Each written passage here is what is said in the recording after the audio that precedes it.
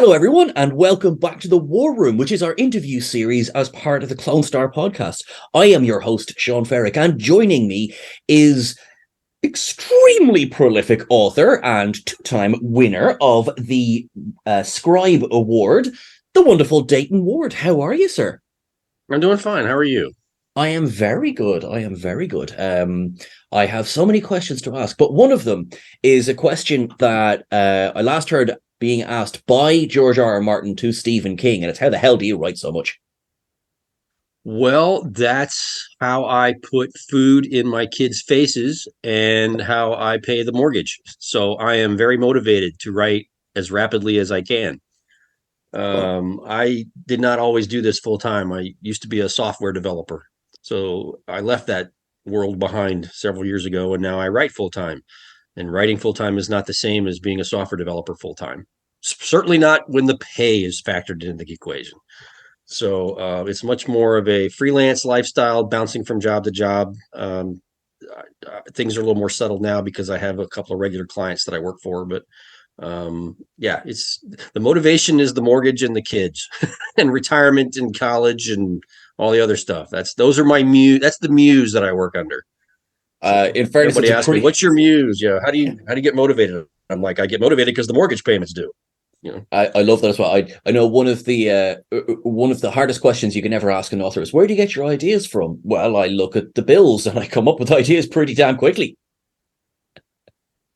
The ideas are, they come from everywhere, but I mean, and I enjoy writing. I love writing. But if when I talk about motivation, it's like, yeah, writer's block is not really a thing. Writer's block is I just don't feel like writing today. And I'm looking for any excuse to not write. So I will alphabetize my book collection, or I will go through my DVDs, or I will watch Deadliest Catch marathons, or whatever. So you just have to kind of admit to yourself you don't feel like writing that day. But when it comes to writer's block, now I'm usually able to push through with whatever I'm working on somehow. No, I love that as well because there's kind of it's one of those things where it's a hard question to I mean like, oh, how do I get ideas? They'll come to you. So, it's kind of as easy and as difficult Yeah, as that. they come from everywhere. I mean, it's just the headlines, current events. You can find a way to put a spin on it to make it a Star Trek story or a science fiction story or some other kind of story. There's information coming at us constantly from all directions. So something will spark something. Something usually sparks an idea. I volunteered at a museum here in town, and I was by myself in one of the galleries a couple of weekends ago, and I looked at one of the pieces that it was fairly new to that exhibit, and I started thinking about how can I turn that into a story, and next thing I know, I'm narrating ideas into my phone because I'm by myself and I can get away with that. So I'm giving myself notes, in my phone to revisit later once I get done with whatever I was working on at the time. I Yeah, they love come that from as well. everywhere. No, that is brilliant. Now, I'm going to go back. So I know your kind of career writing with Star Trek begins in 1998 with the Strange New Worlds anthology. Um, the competition, I believe, wasn't it? Mm-hmm. Was it a Yeah. short story submission competition? But before that, um, that was hardly, I suppose, the Yep. first time you put pen It to was paper. sorry, there was a glitch there. I get your question. Yeah, it was a short story contest that was uh sponsored by Simon and Schuster, who they currently and have for many years. They have the license to publish Star Trek fiction, novels and short stories and technical manuals and all that kind of stuff. Um, this was an idea of editor John Ordover. He decided he wanted to open up things to people who wouldn't ordinarily get a chance to write Star Trek fiction for pay, an actual paying gig. So it was open to new writers, meaning you had fewer than three stories published in a professional market, and there's a per word rate that qualifies as professional. I had never published anything professionally, so I kind of submitted a story based. I was writing fun stuff. I was writing fiction, fan fiction, and Star Trek goofy stories for friends and stuff. I was just kind of doing it as a hobby. And a friend of mine asked me or convinced me to enter into that first contest. Lo and behold, they picked my story as one of the 18 that were in that first volume. Got a pay check, got contract, got to do all those things that regular writers do. I submitted stories for the second and third anthology in the succeeding years, and sold stories to both of them, at which point I had rendered myself ineligible to enter that contest anymore, because now I'm a professional writer. And they offered me a novel contract to write a Star Trek book. And that was in 1999, I think, is when I was told I was getting picked for the third volume. So how would I like to write a Star Trek novel for him? And I'd never written anything longer than a short story professionally or at all in my life. So of course I said yes. Because, by the way, if you're listening to this and you're a new writer and you're like, what do? You always say yes. Work out the details later.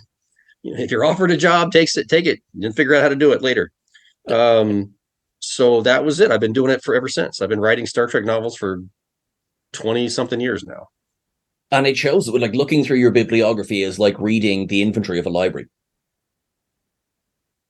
It's stupid how many Star Trek novels that I have written. It's and that wasn't a goal. That wasn't a life mission or a dream or anything. I never thought I would write anything professionally. That's not what I set out to do. That's what real writers did.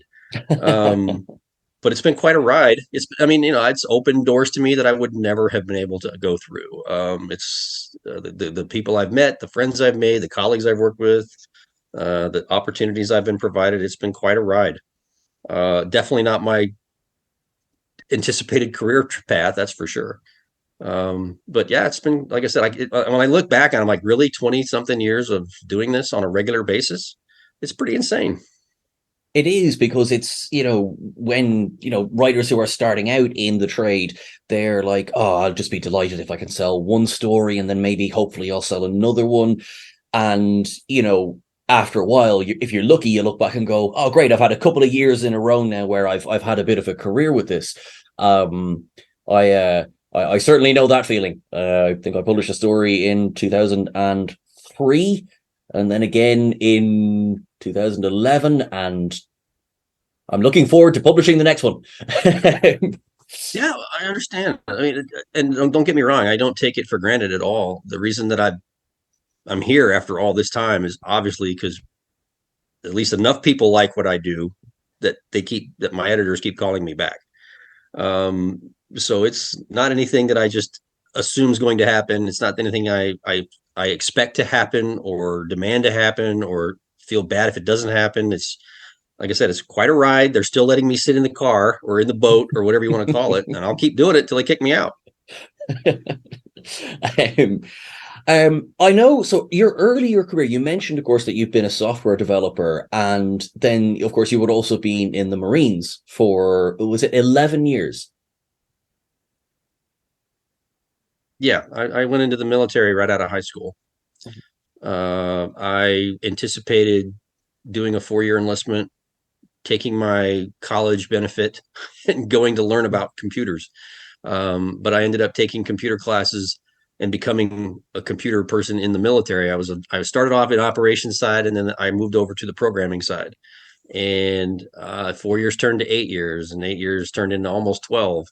And I was enjoying myself, having a good time. I got married halfway along the way.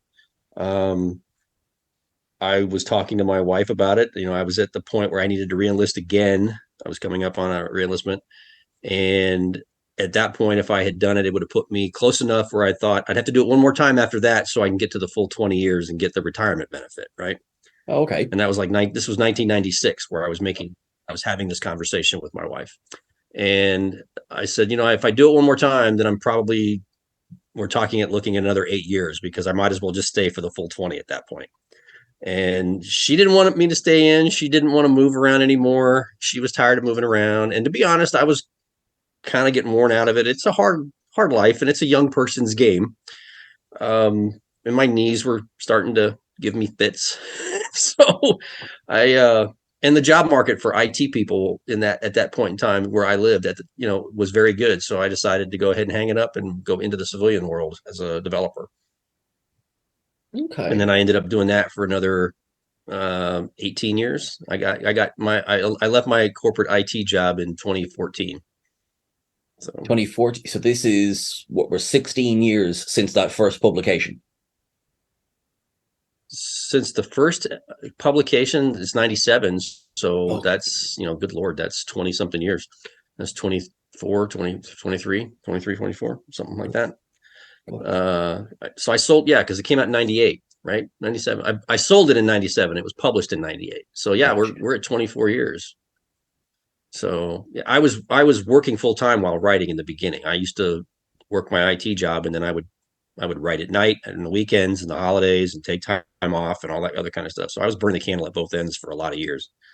Uh, when it came time to ponder my future as a developer, my wife was like, "You should just try writing full time because you're happier when you do that anyway."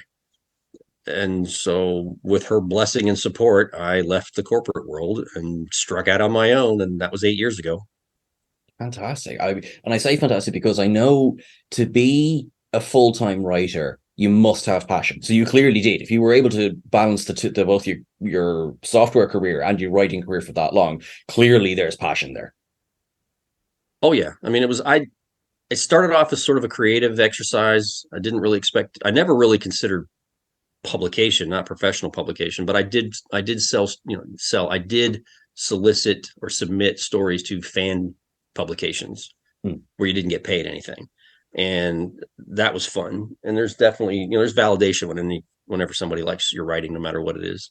But I had no designs on writing professionally. I didn't, like I said, I thought that's what real writers did. But I got convinced to enter that first contest, and here we are. So it's been, like I said, it's been quite a journey. Not one that even my mother was like, "Really? They're paying you to write that garbage?" Because she was never a science fiction person, never really understood what I saw in it, but always was indulgent. She made sure I had the extra money to get that book or that toy or whatever that was Star Trek related. So, and then despite her not liking Star Trek, she was always my number one fan. So. Oh no, I love it because I suppose, yeah, it certainly helps if there is support from close friends and family. And that's just, I'm delighted that you had that as well. My wife's been very supportive and very tolerant. I couldn't have done it full time without her backing me. But my favorite story about my mother and my writing is she was a reader. She was always a big reader. That's how I learned to love reading. But she had her thing. She liked mysteries and romance novels and that kind of stuff, right? But in her room, in her living room, in her place, she had a bookshelf, like a 3 or 4 shelf bookcase, and the bottom row was one of everything that I had published to that point. So all the Star Trek stuff and the other science fiction stuff and whatever else that I had published, she had a copy of everything on the shelf.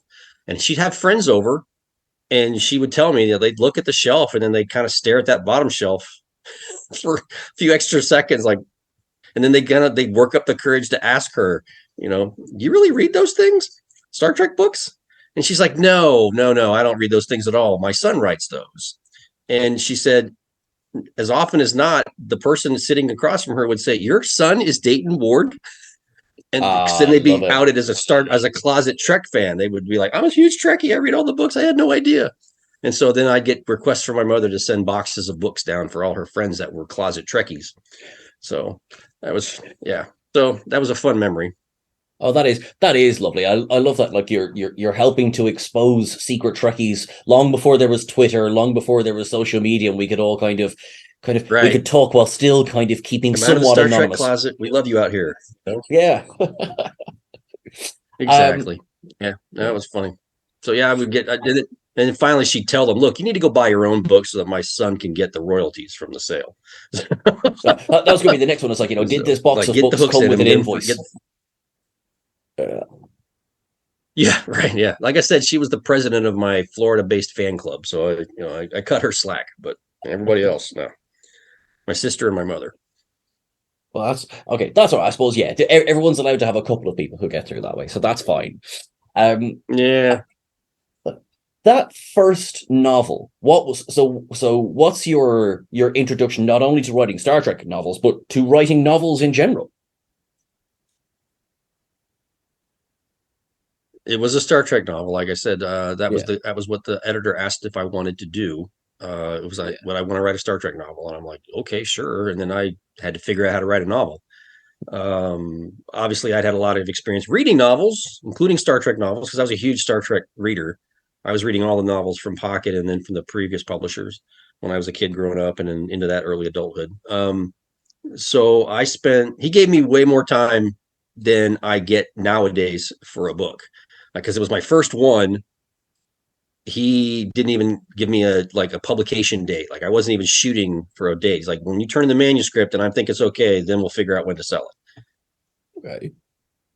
And then so I spent much longer than I normally do now writing that novel. I think it was a better part of a year, maybe closer to 14 months. And then he took it, and then they set it for publication like a year after that. So that was a pretty long wait. But by that point, I was starting to pick up writing jobs elsewhere, like other short stories, or they had just started the Corps of Engineers novellas. So Kevin and I, my writing partner Kevin Dillmore and I were getting some of those gigs.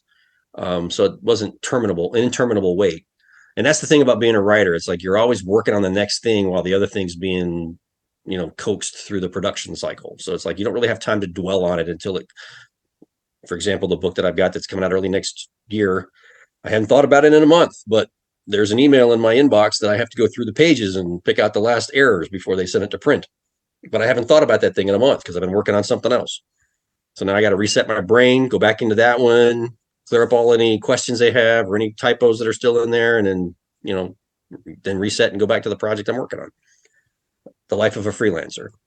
Absolutely. And I can imagine as well when you're doing things like any interviews or any associated like press to push out the publication is, there's obviously you have your stack of notes and everything, but there's just like, oh, hang on now, I was writing that 6 months ago. Oh yeah, no, I remember now. Right. That happens. And then, like asking about a book I wrote years and years ago, I was like, I got to think about that for a minute. I'm not trying to like be impressed with how many I've done. It's just like, just forget. It's like stuff gets pushed out the back of my head. Not the little things, not the big things, but just like little incidental notes or jokes or backstory that I may have forgotten. So, but no, that was my introduction to novel writing. And then I turned that in. And of course, Kevin and I were writing together at that point. So we started doing a few things. And so my next novel was an original science fiction book called The Last World War. And again, my editor at Pocketbook, same guy, John Ordover, he gave me a lot of time to develop that idea. In fact, we spent a lot of time developing some of the ideas together via email. Like I want to try this. Do you want to avoid that? This is what we're going to do. So I probably spent, I don't know, 4 or 5 months just shooting ideas back and forth before I even wrote an outline for the book. And then once I got the outline approved, then I started writing the manuscript. And that was much different than writing a Star Trek novel. I had a little bit more freedom to do what I wanted to do with characters, and I could, take things in directions that I couldn't do with a Star Trek book. And but it was somewhat familiar because I was using my military background to help me through with the characters and the storyline. But so yeah, I got a quick, write 1-2 punch, one novel after another early on, and then it took a couple years before another Star Trek novel came around for me, and it was for me and Kevin. We teamed up to do a couple of books in a miniseries that they were doing. And then after that, it seemed like we had been brought up from the minors to the starting lineup on a major league team, so, and that's kind of where I've been more or less ever since. Well, that's fantastic. I mean, it's, once you kind of got in there and obviously proved yourself, all the assignments start coming. And, after that second book that yourself and Kevin on, I'd like to ask about your relationship with Kevin now in a moment as well. But how frequent now? What's the sort of turnaround now? You get an assignment to your due date. Normally, normally the editor who's acquiring for Star Trek novels, they're working on their calendar. They have a calendar, and they start plotting. In ideal times, they'll plot as far as 24 months out. So from today, they'll know like a year from now which book is coming out, and 2 years from now which book is coming out. And we normally go through a production cycle of 12 to 18 months for a book. So from the time I get a phone call or an email asking for a book until the time you get to read that book, the average is somewhere between a year to a year and a half. And that doesn't take into account things like pandemics, supply chain issues. And I usually get, and of those 18 months or 12 to 18 months, I might get 6 from start to finish. So by the time I come up with an idea, write out an outline, it goes through all the approvals process. I might get, if I'm lucky, I'll get 4 months to write the manuscript. It's usually closer to 3.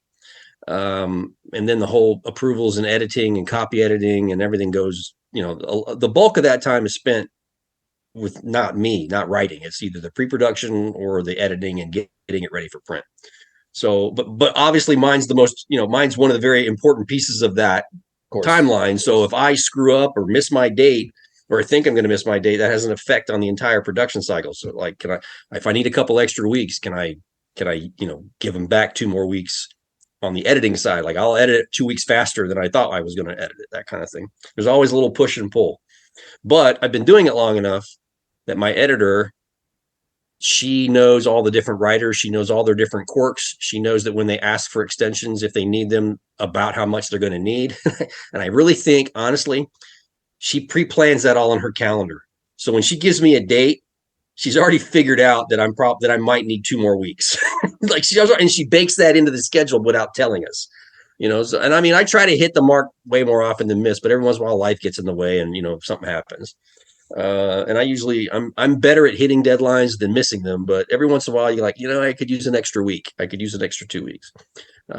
Which I think she's already figured out that if I do, and I never asked for more than that. So after all these years, she's like, okay, Dayton, if he does need more time, he's going to ask for 2 weeks. So I've already baked that into the schedule. So for her, like if for me, the deadline is July 15th, she knows, X number of days around is when she's going to deliver it to the publisher, assuming I might miss that date. She's really good at it. But to me, it's seamless, it's been, like I said, it helps when you've been working with the same people for, like I said, going on 20 years. I was going to say, there's clearly this good working relationship there, which is obviously crucial when even 18 months, it is quite time sensitive. But yeah, that 18 months is, as you've said, much shorter than actually 18 months. It's 4 months if you're doing well. It's not 18 months for me. It's it's not 18 months for the writer. It's 18 months for the book, and that's from the time and the clock really starts ticking once the contract is signed, and then because that's when they're clear to solicit it. They're going to start entering it in their catalog, and it's going to start getting an ISBN number assigned, and that's going to trip off solicitations to Amazon and Barnes and Noble and the people who buy books for those markets, that kind of thing. And then we're committed at that point.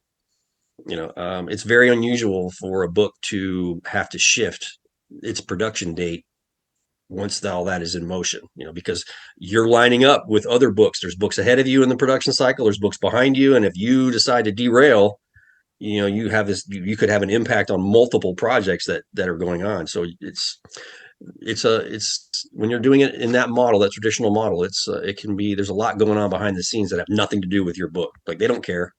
They don't care that your kid's sick. They don't care that you're sick. They don't care that your car broke down. It's like, doesn't matter. Or if you have to take a school field trip or, whatever. It's just one of those things. But again, having done it long enough and having the familiarity with the editorial staff does help. Of course, it has to. So you said your writing partner is Kevin Dillmore. So how did that relationship come to pass, really? Were you assigned to each other, or did you know each other independent of this? No, it's a quirk of fate. When I won the first Strange New Worlds contest, Kevin was writing. He was a journalist at the time. He was working for a small paper here in the Kansas City metro area, and he was writing for Star Trek Communicator magazine, which at the time was the magazine for the Star Trek fan club. This is back in the 90s, mid to late 90s. And he was given the assignment to interview all the Strange New Worlds winners that first year. And so he dispatched emails to everybody. And I guess he sent out, like a template with the questions he wanted to ask. But for people that were close enough, and I guess I was the only one, he decided to say, hey, we're like 45 minutes apart. And I said, well, I also work closer to you than I live. That's half the distance. So he offered to meet me at a restaurant or a bar. I think it was a bar. It was a bar and grill kind of place.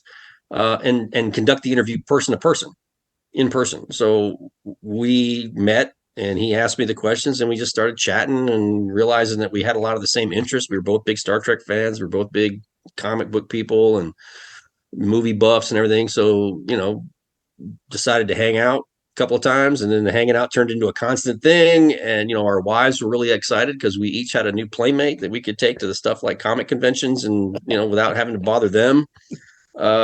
So yeah, and then so we started writing. The first thing we wrote together was actually an article for that magazine. But why we started writing fiction together is, again, a weird thing. Kevin was interviewing John Ordover, the editor.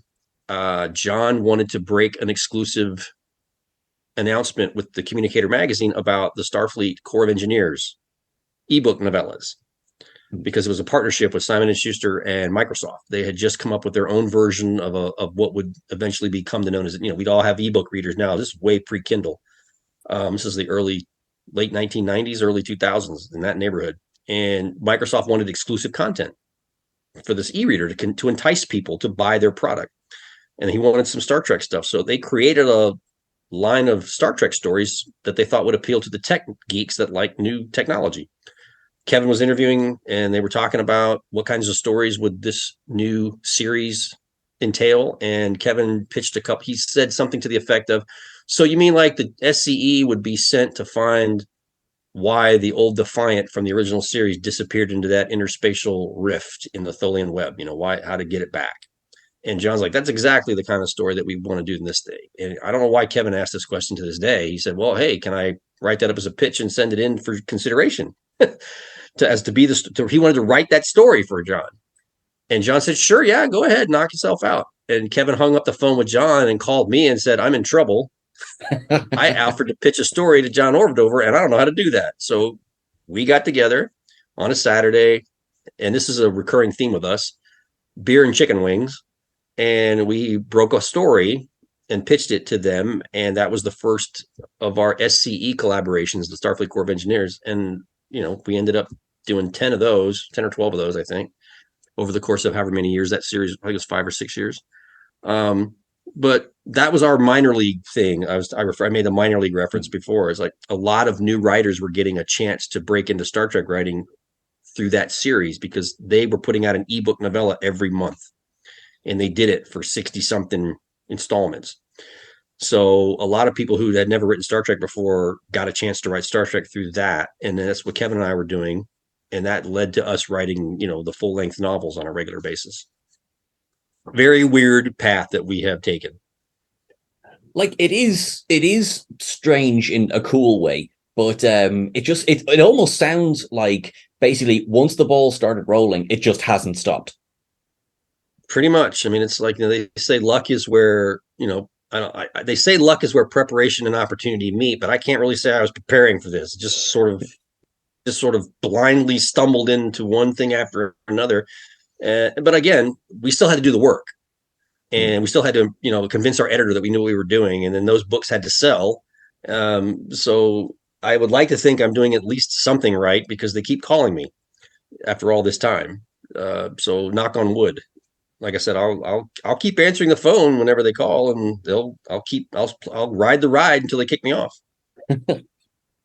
You obviously you wrote one of the well, you've written everything, but you wrote one of the Coda books as well. So how has that now affected any, and whatever you can and can't discuss, that's no problem, but how has that affected, what you're putting out? Because hasn't Coda basically just reset all of the current novel continuity? Yeah, in a way it has. We're no longer writing stories that were in that expanded continuity that bled out that led out from Star Trek Nemesis and the television shows that were on, during that period between the 87 and 2005. We were given, when all those shows wrapped and the movies wrapped, and Paramount, or CBS back then, they were convinced that none of that was over. That period of Star Trek was over, and so we were given a tremendous amount of latitude with what we could do. I mean, not completely crazy, but definitely the leash had been loosened a great deal. We were allowed to take the characters and events in way different directions than we could have done if the shows and the movies had been in active production. So we married off people, we killed off people and then brought them back, and then people got promoted and moved to other ships, and we introduced new characters to take the places of characters that were no longer alive, or like when Riker and Troy left on the Titan, we backfilled their positions with new characters on the Enterprise. And we did all this stuff that we could do, and just really mixed and matched with the characters, and did all kinds of crazy things, because none of this stuff was ever going to come back on TV ever again, ever. We were never going to see Patrick Stewart again, right? So until we did. And then so when we heard about the announcement that Picard was going to be a thing and Patrick Stewart was coming back and they were going to pick up the baton, we kind of knew there were going to be a shift somewhere. There was going to be some kind of shift with respect to the novels. We just didn't know how significant it was going to be. But once as the show was being developed and we got more and more information, we're like, yeah, we need to do something here. We should try to do something here. And so we had meetings with our editors, and we had a meeting with the people at CBS, or now it's Paramount Global, but we talked about it. And we don't want to do what Star Wars did, where they just cut it off and said all that stuff doesn't count anymore. That didn't set well with a lot of fans of that material. So we were like, we need to try to bring the curtain down on this in some way, in some monumental, significant way that that hopefully if we do it right, pays tribute to everything that came for the last 28 years. Whether we succeeded or not is up to the reader to decide. But we definitely went into it with the intention of doing it right, and it was a monumental undertaking. It took the better part of 2.5 years from the first time I started thinking about it, and Dave Mack was thinking about it independently, and then we finally put our heads together. That's probably when it really started for real. And Jim Swallow had some thoughts. But once we got the green light to do something, then we really started moving fast. Yeah, it was a better part of 2 years getting that thing off the ground, and now it's out there. It's been a year now. So, I mean, we're still here. As far as how that affects things going forward, the books that are published now will have to take into account what the new shows have given us in terms of continuity. And, they're leaning in multiple directions. It's like, we've got Discovery and Strange New Worlds who have filled in some blanks with the original series time frame or the pre-original series time frame. And you've got Lower Decks and Prodigy and even Picard to an extent that have given us some stories back, some filled in some information about that period, the Next Generation era. And then now Discovery is way out in the front.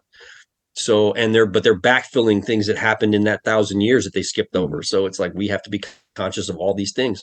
And, and there are other Star Trek series that have been discussed, or they're writing a pilot for this concept, or they're discussing that concept, and we don't know what they're going to do. So it's kind of like for people who write Star Trek books and Star Trek comics, now that the shows are active again and adding to that canon, we just, our homework is a little different, because there's always something new being added, and we have to be conscious of the fact that when we write something, a year from now, a show could come along with a line of dialogue and overwrite everything we did. So it's just, but I mean, that's the nature of the work we do. It's not new, and there's, I've had my share of it, so I'm not bothered by that. It's part of the fun, actually, is just trying to meet the challenge of trying to write something that might survive a canon reset of some kind, or a canon acknowledgement of some kind. I find it fun. I mean, I read comic books that have multiple versions of the same character released every week. Like you can walk into a comic book store and there's 4 or 5 different Batman comics that come out, and none of them relate to each other. They're all different versions of that character. So I'm okay with it. I'm okay with the basic idea of there can be different versions of Star Trek that don't gel with each other. Like there's the comics continuity, and there's the novel continuity, and there's the TV shows, and I'm fine with it. I understand that I'm not representative of all fans. And some people have very passionate ideas the other way, and I understand and respect that. But I try to keep that in mind when I'm writing. It's like, yeah, it's an inclusive environment. There's room for all of us. Well, that's very true as well. I absolutely hear you when you say, obviously, yes, I suppose the fact that there is such strong, fan opinions out there is one of the contributing factors to the enduring success of the franchise. Like if people didn't care, the shows wouldn't be exactly there. If they didn't have that passion, they wouldn't care, then it wouldn't have lasted as long as it did. Now, I have a line out there that I'm like, once you get into toxic behavior, and it's your way or the highway, I don't have a lot of room for that. But I've been a fan since the original show, since the early 1970s. I go all the way back to reruns it after school in the 1970s. So I'd like to think I've got some street cred in this regard. I've watched it evolve over all those years, and I don't necessarily love every episode. I don't love every film, but as a whole, and in the aggregate, I love Star Trek in all its forms. So I love the wacky Gold Key comics from the '60s. I love the Marvel comics from the '70s and the '80s.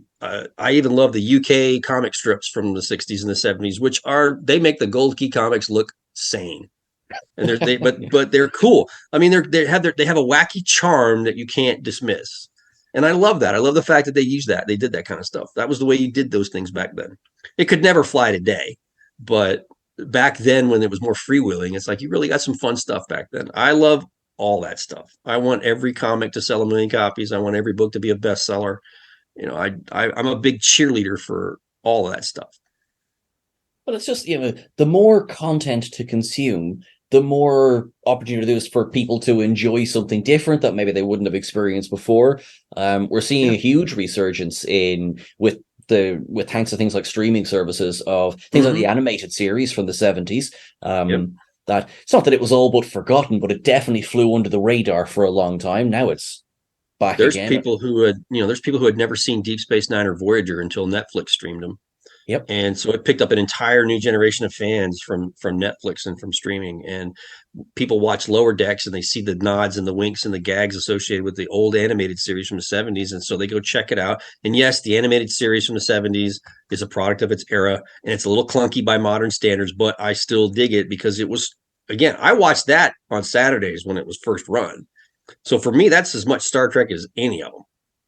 And so when we get to the 80s and the 90s where they talk about is the animated series canon, I'm like, yes, it is. Yes, they wore those stupid belts instead of spacesuits. And yes, they went, they did all these things. I always imagined that those adventures took place when I was writing stories. And when I was starting out Star Trek novel writing, I threw in animated references on the sly, just because I was a fan. But now to see it come mainstream because Lower Decks has leaned into it so hard, I can't wait. I'm waiting for the animated series / Lower Decks crossover. It has to happen at some point. Oh, it has. I'd love to. Whether they do, whether it's the art comic style, or an episode or something. Yeah, but I would love it. I love it. Although I love as well. Although I say I love this, there's a very dark joke in Lower Decks, the second season, and it's that museum. And, I know where you're going. And I was just like, oh my the Spock, God, the Spock. That's absolutely the Spock. Yeah. Oh man, when I first read the script for that, I laughed out loud. I thought, oh my God, that's going to be a great sight gag when they do that. And it paid off. It was everything I hoped it would be. I mean, I love the humor in Lower Decks. It's not mean or spiteful. It's like, it's just it's as I tried to explain to somebody on a panel at a convention, I'm like, to me, Lower Decks, that they poke fun at Star Trek and they don't poke fun at it. They have fun with Star Trek and its tropes. And they tell the same kinds of jokes that we would tell each other if we were sitting in the bar at the hotel during a convention. We'd make up jokes and we'd do riffs on crazy things. And to me, that's exactly what Lower Decks is. It's just they got smart. They were smart enough to figure out how to get paid to do that, where we don't. that is the absolute win, isn't it? It's like we get to talk Trek all day, we get to make fun of the Trek that's come before, and we get to cash these lovely checks, and we could do it kind of from home.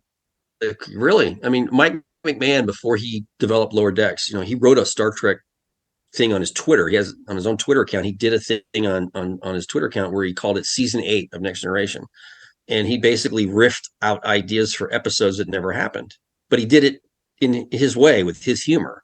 And so, Simon and Schuster collected a lot of that stuff and they rejiggered it a little bit and they put it out as a book. And so he's got this book with this imaginary 8th season of Next Generation that never happened. And of course, it's insane and absurd and it's funny, but you can see the bones of Lower Decks in that book. And so, but you have to know Star Trek to be able to effectively write Star Trek humor and comedy. You can't come at it halfway. You got to be able to lean in hard to the lore and the in jokes and the legacy of it. And I have no problem saying I think everybody in that writer's room absolutely meets that standard. They are all huge fans, and you can see it come through in the scripts when they talk about this, that, or the other. And it's just casual mentions of this, that. I mean, some obscure thing from some episode that we've all forgotten. And you're like, oh my God, he's right, or she's right. It's funny. So yeah, they are. I would argue they are probably, if there was some sort of like Olympics or something, like Battle of the Network Stars kind of thing, where they all competed on a field and played dodgeball or whatever they did, all the different shows, writer rooms. I think the Lower Decks guys would have them. Maybe the Prodigy guys. So I don't know. It's pretty fun. So like on that of like these guys clearly have encyclopedic knowledge of Trek. We are, of course, living in a time where everything, thankfully, is merely a Google away. How much fun / stressful was it in, the kind of the early days where the internet hadn't really got as widespread as it was now, to keep track of things?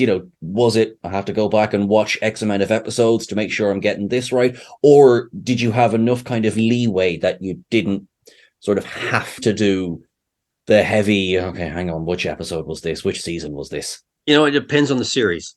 If it's original series and to a lesser extent, somewhat lesser extent, Next Generation, I was pretty solid. I've always been pretty solid. But oddly enough, during the same period, I used to be a host on America Online. I was one of those staff people that they had in different areas on, and so we had a Star Trek club on America Online, and so I was part of a team for the Star Trek club. We all did live trivia games on Fridays and Saturdays on AOL. And so I was writing trivia questions, by the dozens every week. So I was going through the episodes and mining everything for the littlest thing that I could turn a trivia question. So I'm going back to the episodes. I'm going through the encyclopedia. I'm going through different reference books. So by the time I was writing Star Trek for Pocket, original series and Next Gen, I was pretty strong on. And then it's sort of a sliding scale after that, like which shows am I most knowledgeable in? But like you said, nowadays knowledge isn't really necessarily a make or breaker because everything is a Google search away. However, you have to you can't just settle on the facts of the matter. You got to dig in a little bit. How does it connect to the rest of the lore? And how does it spawn another story? Or how did this story from that other show connect to this one? So that's where longevity pays off. It's like, I've been doing this long enough now. I know that if we're going to talk about, it happened today. I was reviewing a script for a comic book, and I'm reading the reference, and I'm like, wait a minute, we can reference blah, blah, blah from this episode, and it just comes to you. It's a lot of it is the spark is like, wait a minute, I think I remember something in an episode that's like this. And then I got to go find it because I don't always have complete automatic recall. I'm getting old now, and things are starting to, the unimportant stuff starting to spill out. I'd like to think the Star Trek stuff is still important enough that it commands space in my head, but some of those smaller things get to leak out. And, plus the shows that have been around the longest, I've had the longest amount of time to absorb all that info. But the newer show is not quite so much. Like I don't have an encyclopedic knowledge of Lower Decks yet, but I will in 20 years. If I'm still doing this in 20 years, I'll be okay. Also, I mean, like things are looking good for the fact that, if Paramount Global was to look through their Rolodex of like, we need a writer. Okay, Dayton and who? Yeah, at this stage, because there's plenty of people in line. There are a lot of knowledgeable folks writing Star Trek on different, whether they write for the shows or whether they write for the games or the comics or the books or other types of books that are not novels, like tech manuals and episode guides. There are a number of people out there that are knowledgeable. And there are other people out there that are knowledgeable that we haven't yet identified. We know they're out there. They're fans, and they just haven't managed to demonstrate that to the right person yet. But there's always a chance, because I think Star Trek might be around for a while in active production. I think we're at a point where it's not going anywhere for the short term. Well, that's actually, I mean, you're right. It's one of, again, the many wonderful things about how successful it is at the moment. And, with shows like Discovery set so far in the future, there's a lot of leeway, but also you can kind of say, well, we have to keep making Star Trek because we have to get to the 32nd century. So, sorry. Well, that's, you'd like to think. I mean, can you imagine them filling in all that gap? I mean, 20 years, 30 years ago, I never thought that we'd be talking about the, 8th, ninth, and 10th Star Trek television series. You know, um, when Next Generation came along, I was like, okay, this will last for a couple of years, and then I don't know what'll happen. I mean, nobody can tell you that they saw this coming. No. There's nobody alive who can cop to that. Nobody knew. Um, but you look back on it, like Star Trek is a huge body of work. I mean, it's kind of like being a Star Wars fan. They don't have quite as much in terms of what was on the screen, but their fans, they've got a lot of ancillary material, books and comics and games, and their fan base is just as passionate about it. So, we're going to be talking about Star Wars in another 25 years. We're going to be talking about Star Trek in another 25 years. Definitely, definitely. There's one thing I want to pick up on. You mentioned antics that you've been allowed to get away with. Would you be able to expand on that by any chance? Well, I mean, I have a presence on social media. So, I have a Facebook page and I have a Twitter handle and I have, to a lesser extent, Instagram and a couple other places. But I do most of my shenanigans on Facebook and Twitter. I mean, I make a lot of Star Trek jokes. I make memes, or I craft a word joke, or I make a comment about something, and people have asked me, aren't you worried that the people at Paramount are going to be upset with you? And like, yeah, there's times when I might think I may have crossed that line, but so far, so good.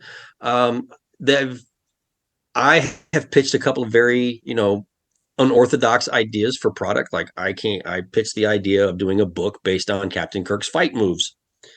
And I didn't think that would go. I'm like, really? You're going to let me do that? Outstanding. And so when people found out that I was doing it, they're like, only Dayton could pitch that idea and make it work. When we were asked to write a comic book for the 50th anniversary, or comic book story for the 50th anniversary, Kevin and I pitched a riff on the old Gold Key comics from the 60s, complete with the flames coming out the back of the Enterprise and Spock's oversized ears, and the landing parties have backpacks that are pink. We lean into all the tropes from those things, and our editor was all over it. And so when people found out we were doing that, they're like, yes, only those two clowns could do something like that. They're very, like I said, they're very tolerant of me playing around on social media. I know where the line is. I don't step over the line, but I mean, I don't get into mean or insulting things, but I like to have fun. I like to tell jokes, I like to make people laugh. And Star Trek is a gold mine for humor, for finding Star Trek related memes and jokes. It really is. Like some of the memes that have come out over the last couple of years have just been hilarious. There'd be scenes from old, the TOS episodes, TNG, all of them, all the way through. And it's just either repurposed in such a way that it becomes the funniest bloody thing ever. The Darmok has been used for so many my God, memes. Yeah. I love that one. When they turn that into like the reaction, like the Captain America understands that reference, or Leonardo DiCaprio is pointing at the TV, or whatever, and they turn that into Darmok memes. I'm like, okay, that's funny. That's brilliant. I wish I'd come up with that. I did we've been watching Twitter go nuts for the last couple of weeks, right? So when they did the whole thing with the verification, and then everybody started making up fake names of real people and all the other guys, I made a Star Trek meme where I had Kirk and his robot double from the episode, What Are Little Girls Made Of? And all I did was caption it with, so I've got, the robot Kirk looking at the real Kirk, and they've got different screen names, but they're both verified. I'm like, so how's that Twitter verification thing going, was my caption for the meme. And I thought it would get a couple of chuckles and be gone. Like 3 days later, it's still being shared and retweeted and people are liking it. I'm like, okay, here we go. And I kind of expected wish you hadn't done that from Paramount, but nope. Again, Paramount is very, very, very tolerant of my goofing around. That's good. They obviously recognize the power of social engagement, and as long as you keep getting engagement, boom, that's grand. Just all the book deals.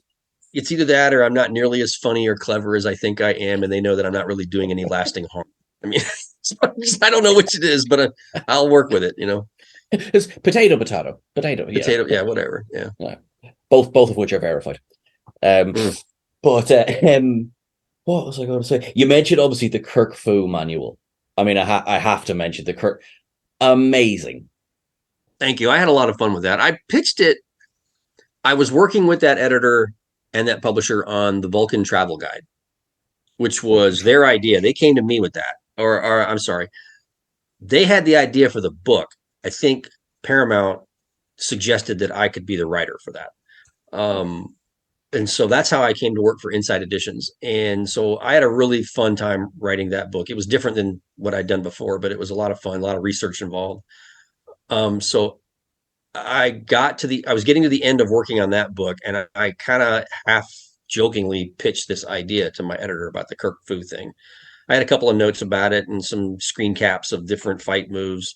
And I said, I can break this down like an actual hand-to-hand combat manual, like the military issues with the steps and the diagrams and everything. I said, I think I can make this work. And I was thinking that they'd laugh a minute and then pass. And then, an hour later, my editor's like, this is a gold mine opportunity. I want to do this. It took a while for him to convince other people that this was going to be a good idea. But once I got the green light, it didn't take me any time at all to write that manuscript. And then the fun part was watching the art, because what I wanted to do was I wanted to tell the text part of it, the part that I wrote. I wanted it to be completely straight. Like, it's a 2-man comedy act. I'm the straight man. The art is the guy who's making all the jokes. And I'm the guy that's helping set up the joke, right? So I wrote the text to be completely serious and stayed in character. And then the artist was just going completely nuts with diagrams and the color art and everything. And I think the reason that book works is because of the art, which is what I had in mind. I'm like, you got to get me the right artist. I got to get somebody that really digs this stuff and can have some fun with it. And we can obviously, if you look at it at a glance, it's obviously not a serious thing. Like, it's not a tech manual. It's not a blueprint. It's not anything like a real serious Trek head would like. It's that kind of book that your grandmother buys you because you're the Star Trek fan and she's shopping for your birthday. That's what I wanted. I wanted casual people to laugh at it and pick it up and buy it. And I guess it worked okay, because I've since gone on to work on several other projects with Inside Editions. They've been a lot of fun. I was going to say that kind of what are the other novels like that you either have brought out or would love to bring out? Oh, if I was going to do another one of those in that vein, you mean that kind of humor book? I've had a couple ideas, but I don't want to spoil anything too much. But I've definitely had some ideas about another Star Trek humor book or two. I just got to beat Rob Perlman to it, because he's always the guy that's beaten me to the punch with these pop culture and humor books that are Star Trek based. I'm like, dude, why are you taking all the ideas out of my head before I even have them? No, that's just how writing work. You absorb. That's how Rob. Rob is an amazing human, and he is very funny, and he's very gifted at writing that kind of stuff. And he had a book that came out last year, which was an adaptation of one of the Short Trek episodes. The Girl Who Made the Stars, the one about Michael Burnham as a kid, and they turned that into a kid's storybook. And when I first heard that was happening, I'm just like, I don't tend to get jealous of other writers and opportunities that are given to other writers, or that they had the idea before I did. But that's like one of the 4 or 5 that I'm just like, oh, what a brilliant idea. I would have loved to do something like that. Perlman, but no, he's a good guy. And we joke about that kind of thing all the time. I'm like, why do you do that, dude? You take the idea right out of my head. I didn't even know I had it until it's too late. So, nah, it's fun. But I mean, it's a good natured ribbing. And that's if one of the big pluses of doing writing in general and writing Star Trek in particular is all the relationships and the friendships that I have made. It is just a gas to work with these people. I love that, because it's like just another aspect of the big Star Trek community that we're all a part of. There is the fan community. There's I would like to think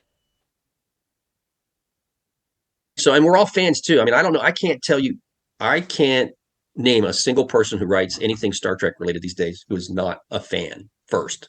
That's one of the reasons why we do it, because it doesn't really pay that much. Writing in general doesn't pay that much unless you're Stephen King or something. But they bring that passion of that fandom. They're like, oh, we've all watched it. We all came in somewhere and we became a fan, and we want to contribute to it. We want to add to it, and we want to expand that experience for other fans. So it's a lot of fun to get together with other writers at conventions that, I may only see them once or twice a year, and we beat out ideas and we come up with things and we're like, let's work together on this, or let's pitch this together, or let's grab so-and-so and go on us as a group, or, whatever. And, we sit in the bar at Shore Leave. It's one of my favorite things to do on a Friday and a Saturday night. And, our cluster takes over a whole corner of the bar. And it's not just writers, it's also fans that we know from social media and other conventions that we just like, we don't care. Come sit. We're going to just BS and talk and make jokes and poke fun at each other and eat too many chicken wings and other bad food and drink too much beer and whatever. It's like, so I love the aspect of Star Trek fandom. I love that aspect of fandom. It's something that I suppose, interestingly enough, the pandemic actually helped me discover as much, was because of this huge online community that's out there. Now, since the world has sort of opened up again, I've been lucky enough to go to a couple of the conventions and see some of this absolute passion that runs around. And I just look around, people like, I guess I'm not that weird, at least not in this group. No, maybe I found my people. One of the things I love about conventions is seeing all the different fans and what they are fanish about, whether they like to build the models, or they like to collect action figures, or they like to cosplay, or whatever. I love all of that. I love the cosplayers in particular because of the staggering effort that goes into some of these costumes. I mean, they work on these things for months so they can show it for one day at a convention, and then they might put it on again at some other convention, but they're working for 4, 5, 6 months to just be able to walk around a convention on a Saturday with it for a few hours. It's just the amount of dedication and effort and talent. Good Lord, some of these costumes are amazing. That was one of my favorite things to do at a convention every year that Kevin and I would go to. Is we got tapped one year to be costume judges at their costume contest. And it was sort of an emergency backfill situation. Like the people they were going to get, which were other stars, other guests attending the convention that are like higher up on the food chain than we were, had to back out. And so they were scrambling like half an hour before the thing started. Like, Kevin and Dayton, do you guys have a problem doing this? And we're like, nah, we're happy to help. We'll do that. Turned into one of our favorite things to do. So we would do it every year after that for the next 10 or 11 years. And just seeing the amount of effort and talent on display in cosplay as just one aspect of fandom is amazing. And then you got model makers and artists and, you name it, and somebody's doing something with it Star Trek wise. And that's my favorite part of conventions. I've been to conventions where you try to sell your books and maybe you're not doing as well as you would at some other show because a lot of the people aren't there to buy your books. They're there to put on their costumes and hang out with their friends who are also in costume and go do things with the costumes, or take photos, or make little movies, or go enter the contests or whatever. And I'm like, it's an experience. A convention is a wide experience with a broad spectrum of interests. You just have to be a part of it. You can be a part of it, or you can stand apart from it. Make your choice. I choose to be a part of it. Absolutely. That's actually, and enjoy it. Sorry, I love that phrase. That's a brilliant phrase. Like, I was at the one in Las Vegas just gone, and just throw yourself in. Yeah. Somebody will put their hand out for you, if you're feeling a bit lost. Like you said, it's your people, it's your tribe. I mean, it's they are all, a lot of people are there with the same worry, for lack of a better term, or they're like, am I going to fit in? Yeah, you're going to fit in. We all fit in. Right? We all fit in somewhere. Yeah, that's one of my favorite things about conventions. I love it. What can you tell us about what's coming next? Well, let's see. What's the next? Well, I mean, we're wrapping up. They're wrapping up the first season of Prodigy, right? Talking about on screen. So they're wrapping up the season of Prodigy. We got how many episodes left? We just started, so 3. We got another 7 episodes of Prodigy left for this first season, and then a little bit after that, into the new year, that's when we get the 3rd season of Picard, the 3rd and final season of Picard. And there's been a lot shown about what that season will include. Like, everybody knows that most of the Next Generation cast is coming back, but they don't know everything. They haven't all the surprises have not been spoiled. And I'm not going to give you any clues whatsoever. But there are some things that have somehow managed to remain secret despite the best efforts and sometimes the inadvertent, slips of the tongue from people. there are some interesting surprises for Star Trek Picard. Strange New Worlds will be back.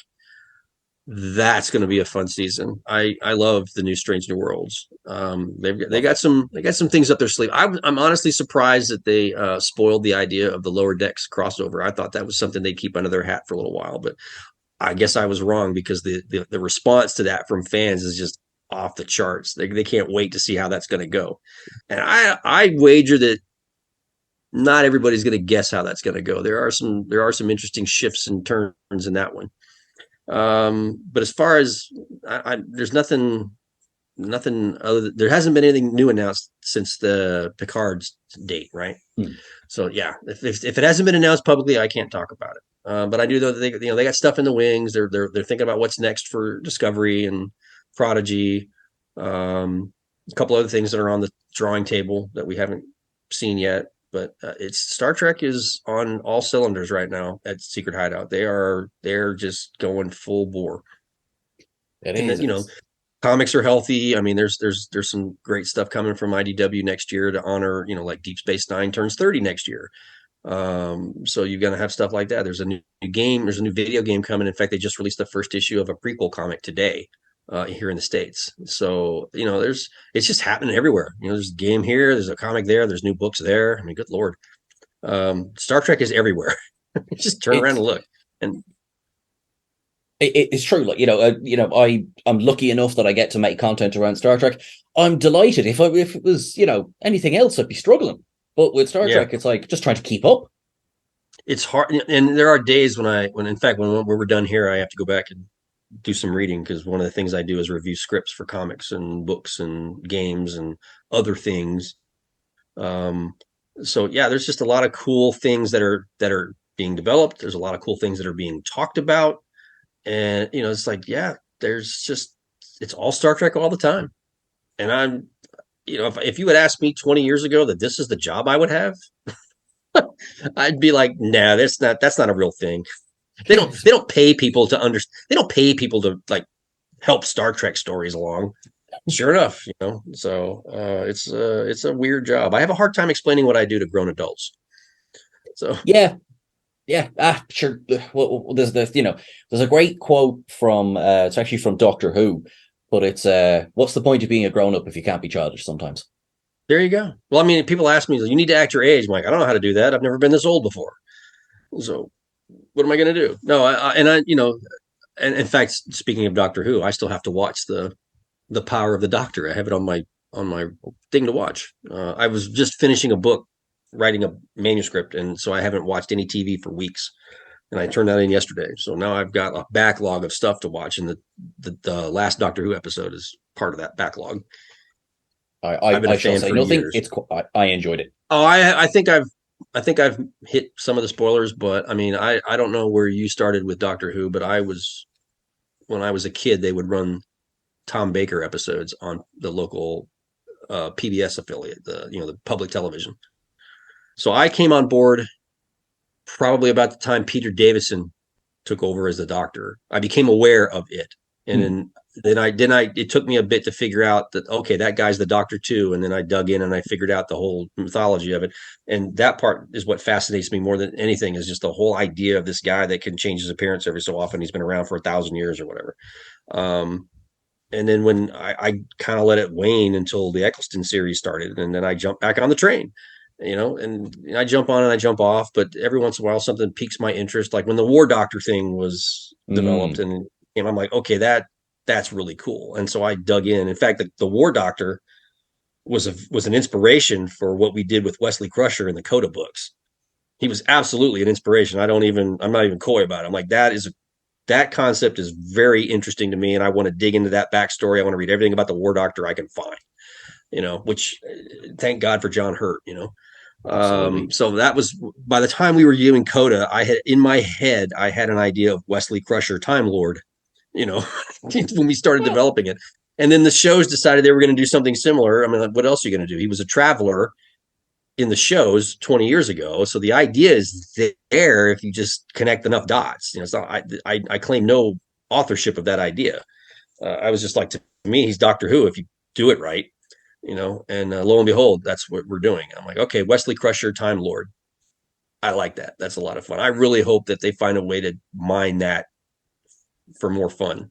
Absolutely. We are theorizing headcanon is that we're hoping the next one we see him in will be Discovery. It would be fun to see him in Discovery. And then, and speaking of, Discovery season, we're at season 5, there are some surprises that I thought were going to be revealed in season 4 of Discovery, and they pulled back on it. And then they wait till season 5 to spring on everybody. I'm like, well, I can't wait for this because I was waiting for it the last time. And I've had to wait a whole extra season for them to drop a couple of surprises on us. So it's fun watching it all come together. But yeah, the whole idea of Wesley being a traveler, and then now they've decided that the travelers are involved with the people who gave us Gary 7. I really like And that I'm a one, I have huge to say. Gary 7 fan. I'm just like, okay, I can see that. At first it caught me off guard when I read about it, and then I thought, you know what, I can make this work if they let me. If they let me do a book, I will totally find a way to make this work. I will retcon it so that my other books about Gary 7 can work with what we now know about Wesley Crusher. I will find a way. Because I just think the idea is so super cool. See, I am a fan. You can tell. I get into it and I'm like, yeah, okay, I'm going to do this now. That's I'm a it. nerd. I admit it. My questions throughout this whole thing has just been subtle tests, and don't worry, you're absolutely passing with flying colors here. Yeah. I I have loved Star Trek. I cannot remember a time when I wasn't conscious of Star Trek. My earliest memories included. I never thought I'd be involved in it in any way, even the tangential way that I am involved with it now. I never thought of that. I never gave that any kind of serious thought that could be a thing. But to be here now to watch how they make the sausage and all the other stuff, it's just been like, I did not see this coming. It's been quite a ride and quite a treat. This is a perfect segue into what is my final question for you, which is a nice, simple question, easy to answer. What does Star Trek mean to you? See, to me, Star Trek is a journey. It's the basic philosophy for me in Star Trek is that we are better than we were, and we can be better than we are. And how we get there, that's where all the good stories are. That's to me is Star Trek. It's constantly pushing to be better than what we are at that point in time. I love the way that Star Trek separates itself from a lot of science fiction because it's the one that offers us a hopeful. We can do that if we work right, if we do all the right things, and we, give it, care for each other and look out for each other and have each other's backs. We can get to that future. It's there waiting for us if we work for it. That's my take on Star Trek. It's the journey and trying to make yourself better than you are, I love it. and not just for yourself, but for everybody around you. I think, and that's actually something that particular last idea has been echoed by a few other people who've come on this pod. That this sense of this community, family, togetherness. So basically, leave no man behind. Basically, you leave nobody behind, and family is what you make. That you make your family. I mean, you're obviously born into a family, but your real family are the people that you choose to surround yourself with, or who choose to include you in their lives. And it's because it's not always about you, right? So that's me. I mean, I was at a point in my life where I thought I'd made all the friends, the really close friends that I was going to make. Like I've got my close circle of friends that, the dozen or so people that I would trust with my life or with my kids' lives. And then I got all these casual acquaintances. And of course, social media kind of blurs that line because there are people that I have never met in person, known them for 30 years because of the internet, or whatever preceded the internet, like America Online or, one of these services. Never met them, but I consider them to be as close a friend as anybody that I've ever met in person or hung out with. But we situation changed where we moved to a different neighborhood, to put my kids in different schools, and those kids started hanging out. My kids started hanging out with other friends, so we hang out with their parents. And the next thing I know, I got this huge social circle that's way bigger than I ever had in my entire life. I'm like, I don't need that many friends. Turns out, kind of do. It's like I really do like all these friends that I've made over the years. But I was at a point where I'm like, I've got my people from the military. I got my friends from the military, and those people and people I worked with and Star Trek people. I got enough friends. Nah, turns out I can have a whole bunch more. There's plenty of room for more friends. I love it. So what I'll do is I'm going to include an application form to be your friend in the description of this episode. I should put a template on my website that you'll let. I can just be Dayton's friend. It's pretty easy to be my friend. I mean, at least friendly enough that we can talk. So I like to think I'm approachable. Well, I've certainly have found that to be the case. Nice and easy to chat to you. So thank you very much. No, thanks for having me on. I appreciate it. Absolute pleasure. Honestly, absolute pleasure. And before we go, as I say, just want to thank you again. And just to let everyone know then, where can people find you online to fill in this application form? So my webpage is DaytonWard.com. And that is largely a blog. It's mostly I don't have a static website anymore. I just use that as the key to get to my blog. But that's also where you'll find my links to Twitter and Facebook and Instagram. And I just started a Mastodon account the other day when Twitter looked like it was going to melt apart. Yeah. So all that's out there. Links to where I write for StarTrek.com and Amazon pages and all that kind of stuff. I don't have a wish list. I don't have an Amazon wish list. You don't have to buy me anything. Just buy my book, or at least buy another writer's book, or go to the library and check out their book from the library and read it. DaytonWard.com. That's my one-stop shopping place. That is brilliant. That will be all in the description of this episode. So just once again, Dayton, thank you so much for taking the time to join us this week. Oh, thanks for having me. I appreciate it. Pleasure. And to everyone who's listening along, thank you very much. We'll be back next week as usual. In the meantime, look after yourselves and live long and prosper. Thanks.